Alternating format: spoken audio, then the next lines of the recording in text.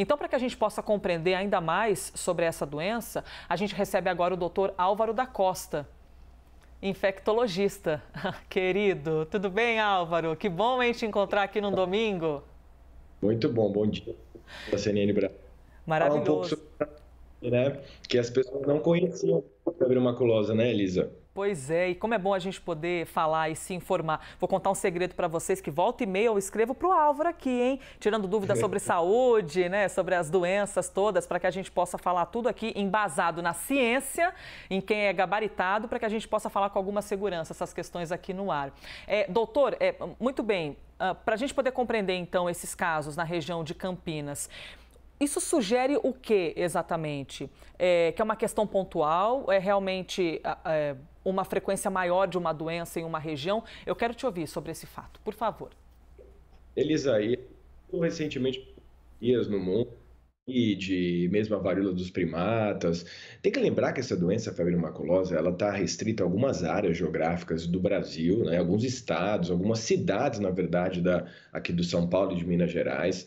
Tem uma relação com a transmissão de uma bactéria por um carrapato, então ela não vai se espalhar homem a homem, ela não vai causar uma epidemia, ela vai estar restrita a surtos que temporalmente acontecem quando a circulação desse carrapato aumenta, as pessoas entram dentro desse ambiente onde tem o carrapato que pode transmitir essa bactéria. Então, usualmente, a história dos últimos 10 anos da febre maculosa brasileira está restrito a alguns períodos do ano onde o carrapato assume uma forma, né, de transmissão, está aí mostrando a capivara, não é só a capivara, mas outros animais também podem ter esse carrapato.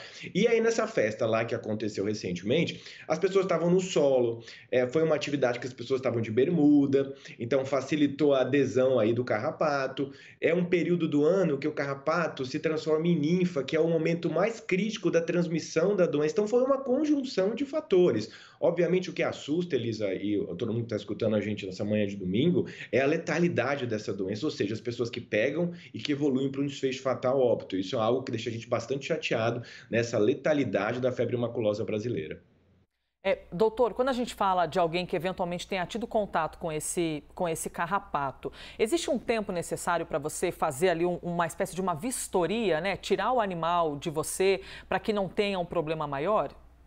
Eu acho que o grande objetivo sobre essa doença é isso, que para frente, futuros, se você for para algum lugar, na região sudeste, área de mata, alguma festa, algum evento, e se você notar que tem um carrapato aderido na sua pele, imediatamente você retira esse carrapato. E por que é tão importante essa informação em saúde pública? O quanto mais rápido você identificar e tirar esse carrapato da sua pele, diminui a chance de transmissão da bactéria que está nesse carrapato para o homem. Então, assim, daqui para frente, esses eventos locais que acontecem em fazendas, tem que prestar atenção. Roupas mais claras, compridas, você olhar, né? Porque a roupa branca você consegue identificar ali o carrapato, né? Então, tirar o mais rapidamente é importante até na questão da prevenção de gravidade da doença. Certo, doutor. Mais uma pergunta. Eu consigo, se eu estou com a febre maculosa, alguém pode pegar de mim a febre maculosa? Porque às vezes começam aquelas crenças, né? Nossa, alguém está com febre maculosa, mantenha a distância. Não é exatamente assim, né?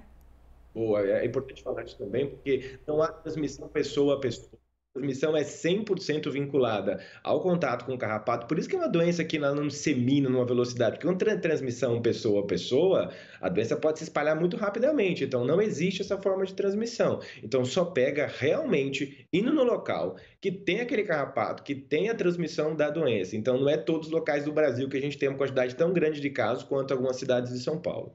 Certo, e quando a gente fala de carrapato, eu sei que já falamos 10 vezes, mas às vezes vale a pena a gente falar 11. Tem gente que pensa assim, nossa, então não fica longe dos cachorros pela rua, cuidado com o cachorro, porque o cachorro também tem carrapato. Não é exatamente o mesmo carrapato do cachorro.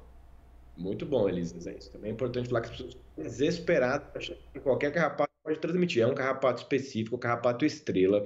Ele circula em alguns locais, em alguns animais, capivaras, em cavalos. Então, e não é todo local onde tem esse carrapato, porque precisa ser uma área onde está circulando um carrapato específico que pode transmitir a doença. Então, fiquem tranquilos com os animais domésticos, né? A maior preocupação é quando você for para algum local de mata, especialmente aqui na região sudeste, onde você está lá descalço, tem alguns animais no entorno, aí sim é uma possibilidade que pode ser factível de transmissão de doença. Certo. E a pessoa eventualmente foi para uma região como essa, está preocupada, não sabe se tinha um carrapato ou não, não teve nenhum sintoma. Mas às vezes existe assim, algum remédio que é sugerido que tome ou nada disso. O lance é ir direto ao médico. Esse também é um assunto bastante controverso na literatura. Quando você vai para quando as pessoas que foram nessa festa aí, né? Será que dá para tomar algum antibiótico antes, né? Tipo profilático, preventivo? Não há essa recomendação. Então, quem foi para esses locais e começa a ter febre, aí sim, você vai até um serviço para ser avaliado. Usualmente a gente não espera a confirmação do diagnóstico para entrar com antibiótico, existe um antibiótico específico para essa doença.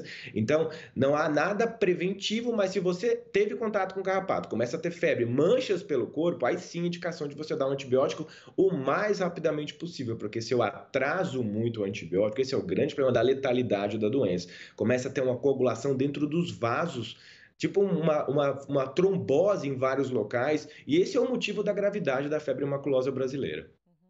Doutor, durante o período de pandemia, a gente falou muito disso, né? De fazer um exame para ver, será que eu já peguei a doença ou não? A gente viveu muito isso durante a Covid, né? Será que eu tive? Então, será que eu já tenho anticorpos e tudo mais? A gente consegue usar isso em comparação à febre maculosa em algum aspecto? Existe um exame para eu saber se eu tive? Ou a gente está falando de dois cenários totalmente diferentes?